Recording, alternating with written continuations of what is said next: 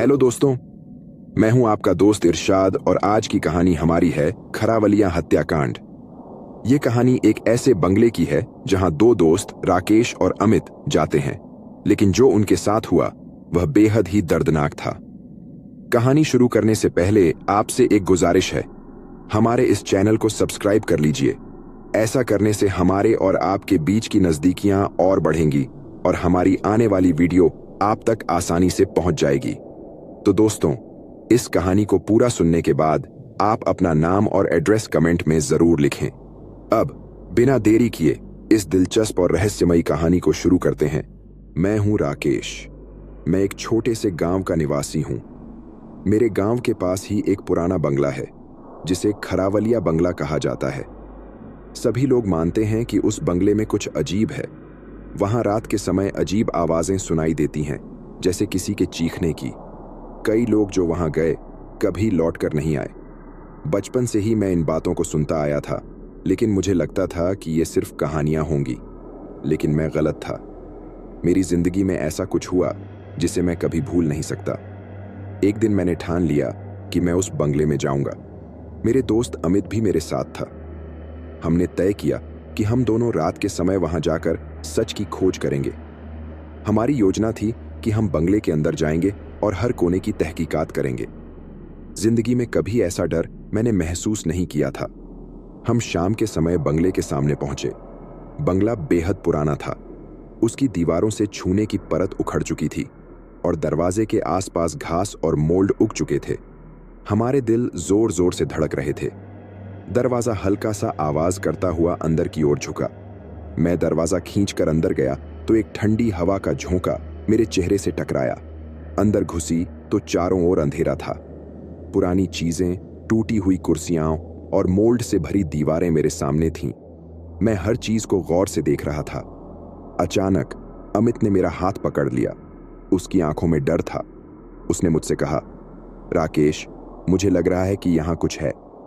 उस समय मैंने भी हल्की आवाजें सुनी, हल्की चीखें, जैसे कहीं दूर से आ रही हों।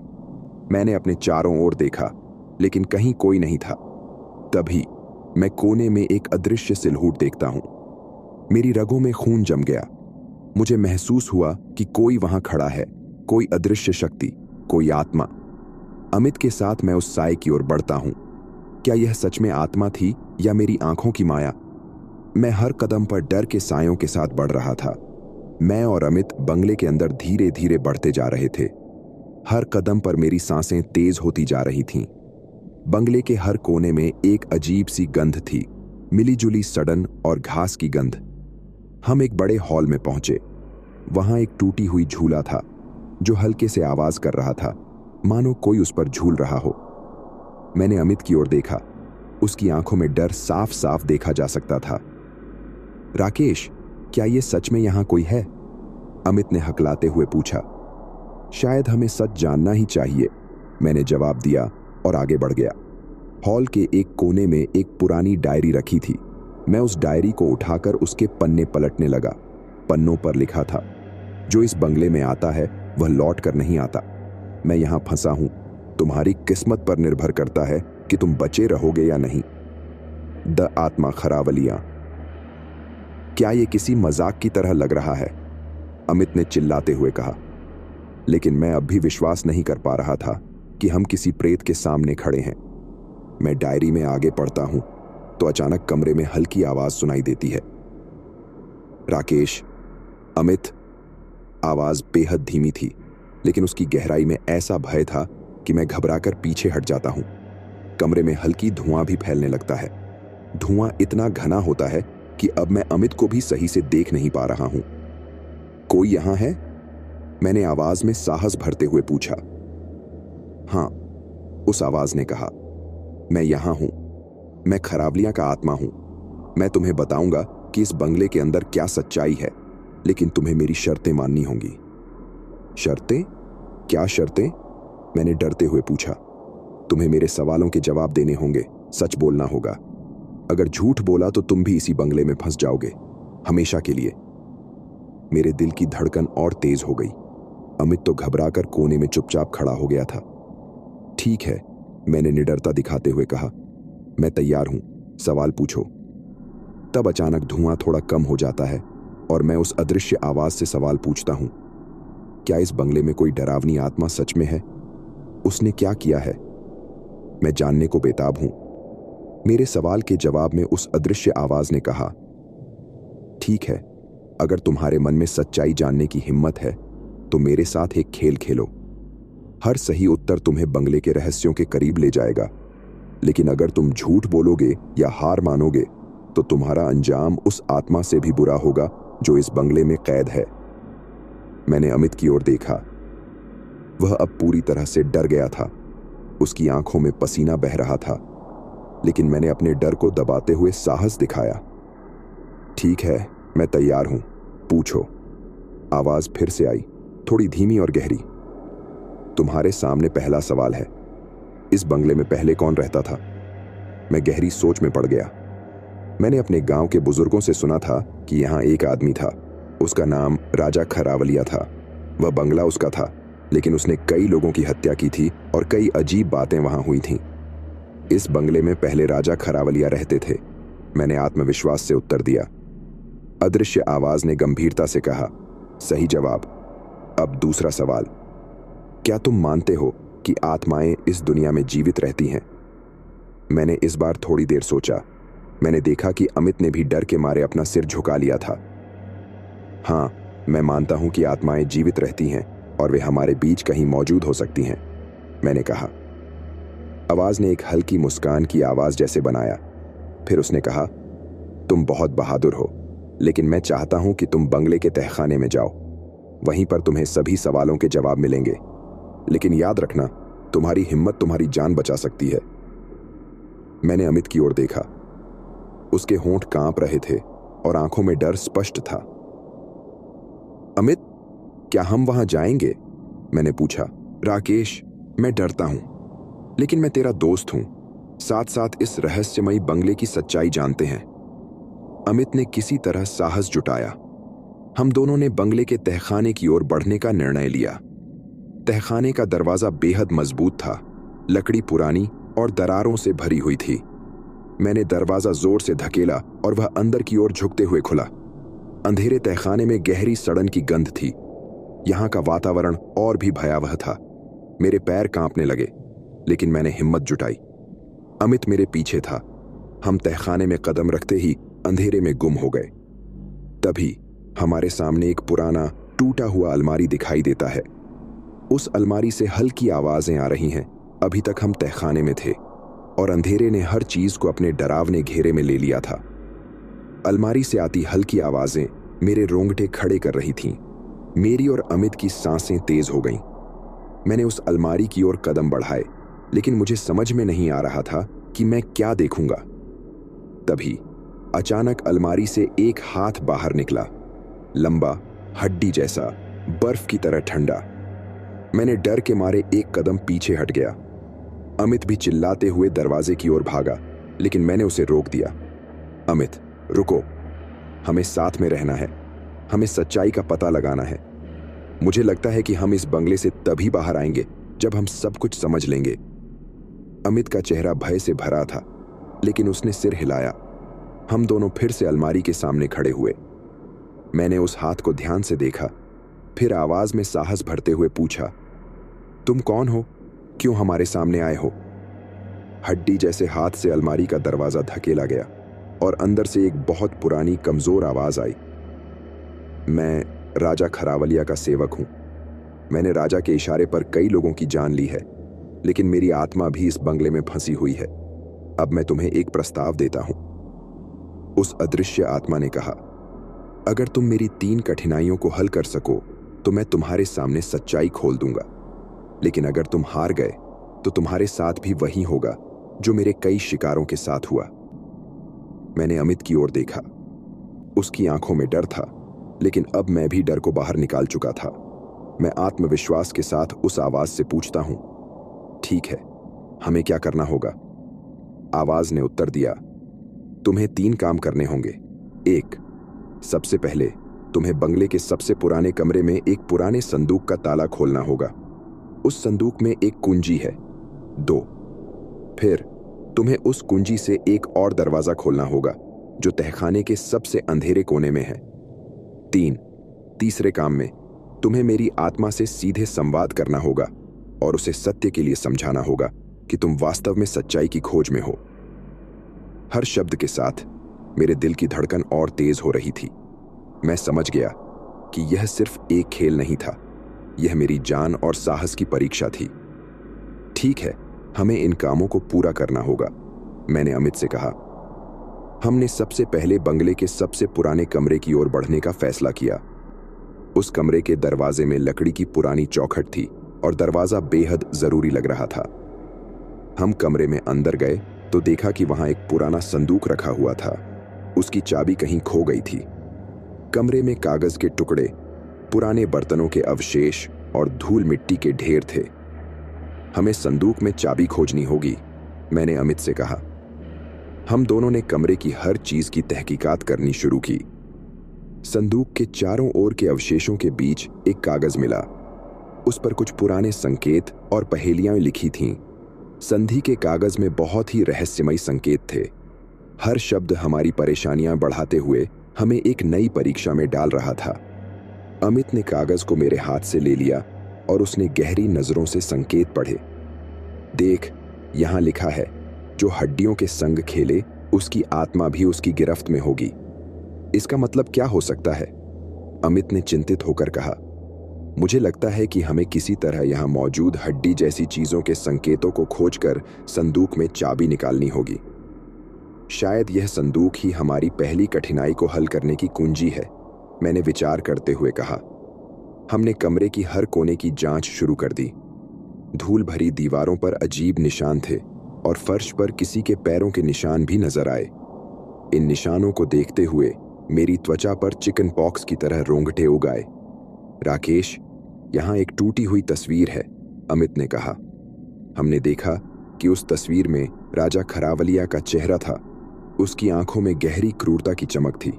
तस्वीर के नीचे कुछ छोटा लिखा था, हड्डी के सहारे खोलो, सच्चाई के द्वार। हड्डी के सहारे? मैंने अमित से पूछा।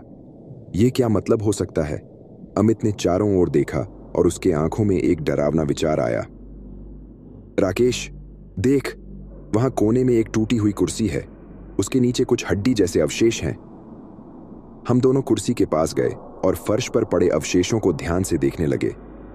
सचमुच हड्डी की एक लंबी संरचना फर्श में दबी हुई थी। हमें इन हड्डियों को संदूक में रखना होगा, मैंने कहा। हमने डर के साथ उस हड्डी को हाथ में लिया और संदूक में रख दिया। संदूक अचानक एक हल्की आवाज से खुलने लगी। अंदर से चमकीली चाबी बाहर निकली। हमने पहले काम को पूरा कर लिया है, मैंने उत्साह के साथ कहा। लेकिन तभी कमरे में अंधेरा और भी घना हो गया। सभी चीजें हिलने लगीं, कमरे की दीवारें झुकने लगीं और एक गहरी चिल्लाने जैसी आवाज कमरे में गूंजने लगी। तुमने एक परीक्षा पार की है, लेकिन सच्चाई अभी बाकी है, अदृश्य आवाज फिर से सुनाई दी। हम दोनों फिर से तैयारी में लग गए। हमें अगला दरवाजा खोलने की ओर बढ़ना था, जो तहखाने के सबसे अंधेरे कोने में था। हम दोनों संदूक से चाबी लेकर तहखाने के उस गहरे हिस्से की ओर बढ़ते गए, जहां अंधेरा इतना गहरा था कि कुछ भी देख पाना मुश्किल था। हमारा हर कदम दिल की धड़कन को तेज करता था। तहखाने की उस गुफा में एक विशाल लोहे का दरवाजा था। मैंने चाबी दरवाजे में घुसी और ताला खोलते हुए धातु की आवाज को महसूस किया। दरवाजा खुलने के बाद अंदर एक विशाल अंधेरा था। तभी सामने से एक हल्की रोशनी आई। उस रोशनी के बीच एक हल्की असामान्य आकृति उभरी।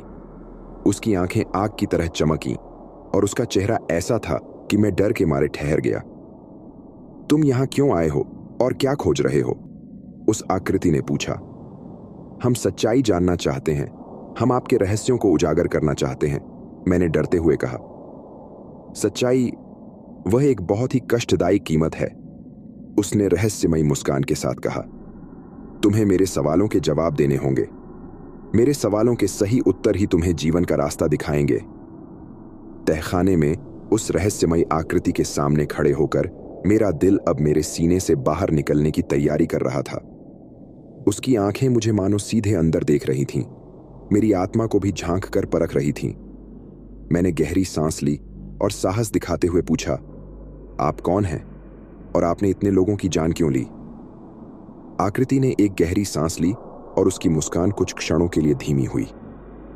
मैं हूं वह आत्मा जिसने राजा खरावलिया के इशारे पर इस बंगले में हत्या की, दुहक और अंधकार फैलाया। अब मैं इस बंगले में बंधी हूं और तुम दोनों मेरे अंतिम द्वार की कुंजी हो। उसकी आवाज में इतनी क्रूरता थी कि मेरे रोंगटे खड़े हो गए। लेकिन हम यहां क्यों हैं? हम सच की खोज में आए हैं। हम उस सच्चाई को जानना चाहते हैं जो इस बंगले के अंदर है। मैंने अपनी कमजोरी को दूर करते हुए कहा। आकृति ने मुझे एक नजर से घूरते हुए कहा, ठीक है, तुम्हें मेरी 3 कठिनाइयों को पार करना होगा। अगर तुम हार गए तो तुम्हारा अंजाम उस प्रेत से भी बुरा होगा जो इस बंगले में ही बंद है। लेकिन अगर तुम सही उत्तर दे सको तो मैं तुम्हें वह सच्चाई दिखाऊंगा जिसे तुम खोज रहे हो।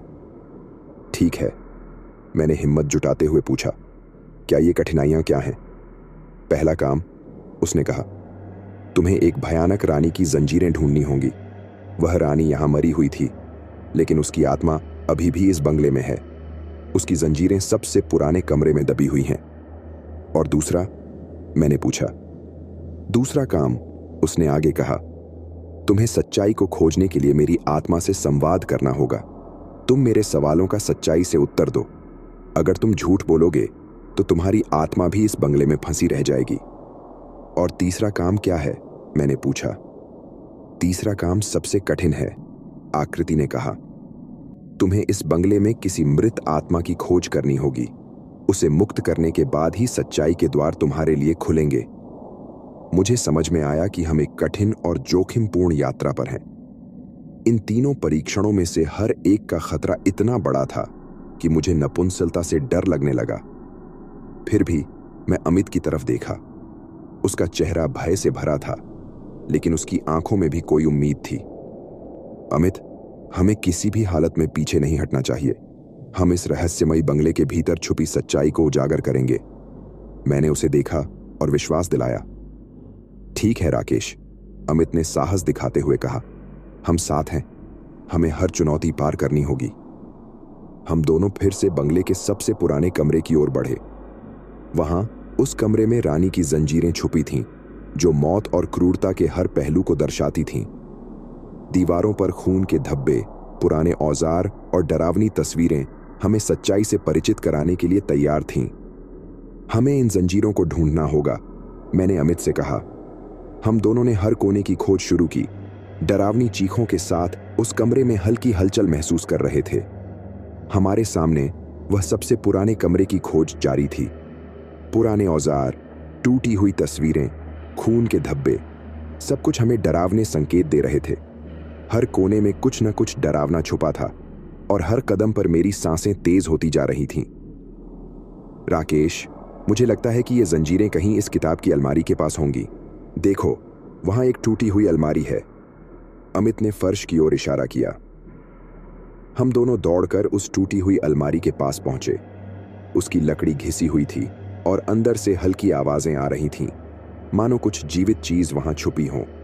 मैंने धीरे से अलमारी के दरवाजे खोले। अंदर से एक पुरानी जंजीर बाहर निकल आई, घिसी हुई और जंग लग चुकी थी। इस जंजीर में इतनी क्रूरता थी कि उसे देखने से ही मेरे रोंगटे खड़े हो गए। ये जंजीरें तो उस रानी की आत्मा से जुड़ी लगती हैं, मैंने अमित से कहा। तभी कमरे में हल्की चिल्लाने की आवाजें गूंजी। चारों ओर अंधेरा गहरा हो गया और एक धुआं कमरे में फैलने लगा।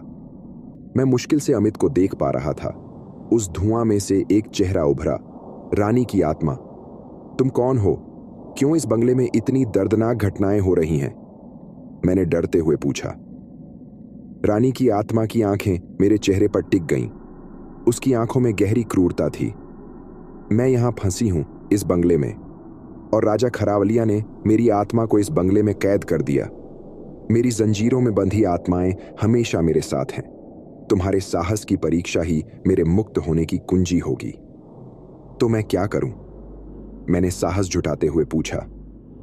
तुम्हें सच्चाई की खोज के लिए मेरे सवालों का उत्तर देना होगा। पहला सवाल है, क्या तुम सच में किसी की जान बचाने की कीमत पर अपनी जान दे सकते हो? मैंने अमित की ओर देखा।